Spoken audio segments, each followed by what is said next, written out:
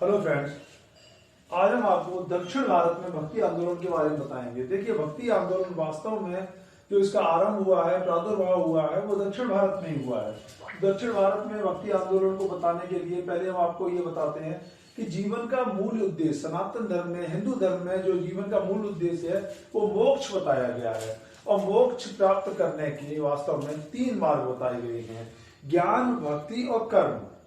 तो हम देखते हैं कि कर्म के बारे में सबसे पहले गीता में जोड़ दिया गया है। गीता में विशद वर्णन जो है वो कर्म के सिद्धांत पर है। कर्म के सिद्धांत से इंसान, व्यक्ति, मनुष्य किस तरह से मोक्ष प्राप्त कर सकता है।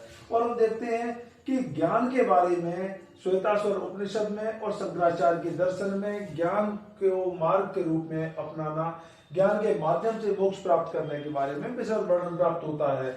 अब हम देखते हैं भक्ति का जो सर्वप्रथम जो बीज है वो हमें श्वेताश्वर उपनिषद में सबसे पहले इसका उल्लेख प्राप्त होता है। और जो भक्ति के जो बीज हैं वास्तव में ये अलवार और नयनार संतों के आंदोलन में 7वीं शताब्दी में दक्षिण भारत में प्राप्त होते हैं। ये अलवार संत कौन थे? जो वैष्णव संत थे वो अलवार कहलाते थे, और जो शैव संत थे जो भगवान शिव की आराधना करते थे, भगवान शिव के माध्यम से मोक्ष प्राप्त करने का लक्ष्य प्राप्त करते थे, ऐसे संत नयनार कहलाते थे। तो इन दोनों की जो आंदोलन हुआ है अलवार और नयनार का, जो भक्ति के क्षेत्र, तो इसमें 7वीं शताब्दी में इसी में सही मायने में भक्ति के बीज प्राप्त होते हैं।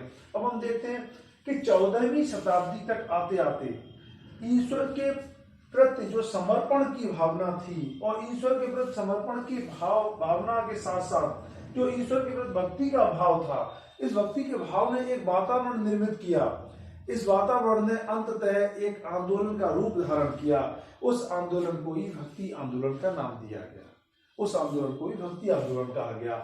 हम देखते हैं कि तमिल ग्रंथ तिरुमुरई और प्रबंधम, इन दोनों ग्रंथों में भक्ति के बारे में ज्ञात होता है। और 8वीं शताब्दी में अलवार और नयनार संतों के द्वारा, जो ये वैष्णव और शैव संत थे, इन्होंने वैष्णव और शैव भक्ति को काफी लोकप्रिय बनाया। कैसे लोकप्रिय बनाया? इन्होंने, जो अलवार संत थे, इनका मानना यह था कि भगवान विष्णु की आराधना के माध्यम से ही व्यक्ति मोक्ष प्राप्त कर सकता है।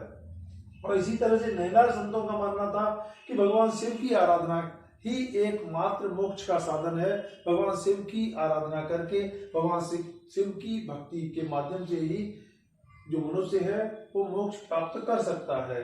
इन अलवार और नयनार संतों के द्वारा जैनियों के मुक्त मार्ग के स्थान पर भक्ति मार्ग पर जोर दिया गया। देखिए, जैनियों का जो मुक्ति मार्ग था वो कठोर जीवनचर्या, कठोर तप का मार्ग था। इन्होंने क्या किया है? वैष्णव और शैव संतों ने, अर्थात अलवार और नयनार संतों ने, उसके स्थान पर जो मुक्ति मार्ग था, इनका कठिन मार्ग था, उसके स्थान पर भक्ति का एक सरल मार्ग पर जोड़ दिया है। और हम देखते हैं कि भक्ति आंदोलन से पहले जैन धर्म का अत्यधिक प्रभाव था दक्षिण भारत में, और वो प्रभाव धीरे धीरे सीमित होता जाता है, सिमटता जाता है।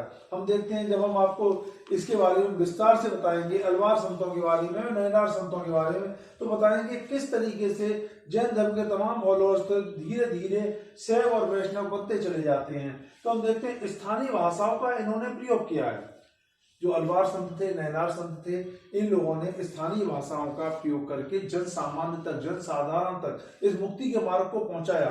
भक्ति आंदोलन वास्तव में ये भक्ति का जो मार्ग था, मुक्ति का जो मार्ग था, वो आंदोलन का रूप इसीलिए धारण कर पाया क्योंकि इसमें स्थानीय भाषाओं का प्रयोग किया गया। स्थानीय भाषाओं का प्रयोग करने से जन सामान्य तक ये आंदोलन पहुंच सका। और स्थानीय भाषाओं के प्रयोग से क्या होता है कि इसमें ऊंच नीच की, किसी तरह के विभेद की, किसी तरह का क्षेत्रीयवाद की, इस तरह का कोई भी विभेद नहीं था। और इसीलिए आंदोलन वास्तव में जन आंदोलन, एक कह सकते हैं कि समतावादी आंदोलन, समरस आंदोलन, और एक ये मतलब कहना चाहिए लोकतांत्रिक आंदोलन बन के उभरा। और इसी के कारण, अच्छा देखिए क्या होता है, अलवार जो संत हैं इनके बारे में थोड़ा सा बताते हैं।